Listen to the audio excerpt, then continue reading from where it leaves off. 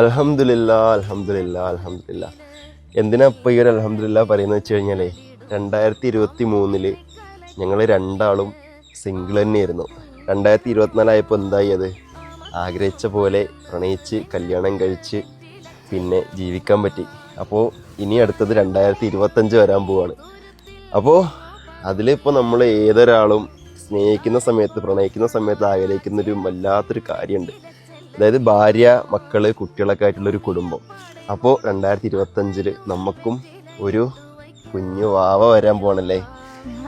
അതെ, 2025 നമുക്കും ഒരു കുഞ്ഞു വാവ വരാൻ വേണ്ടി പോവാണ്. അപ്പോൾ നമ്മളും വിചാരിച്ച പോലെ ആഗ്രഹിച്ച പോലെ പ്രണയിച്ചിരുന്ന സമയത്ത് കണ്ട സ്വപ്നം പോലെ അത് സഫലമാകാൻ പോവുകയാണ്. അപ്പോൾ ഇൻഷാ അല്ലാഹ് ഞങ്ങളും കാത്തിരിപ്പിലാണ് ആ ഒരു നിമിഷത്തിന്, ആ ഒരു സുവർണ്ണ നിമിഷത്തിന് വേണ്ടിയിട്ട്.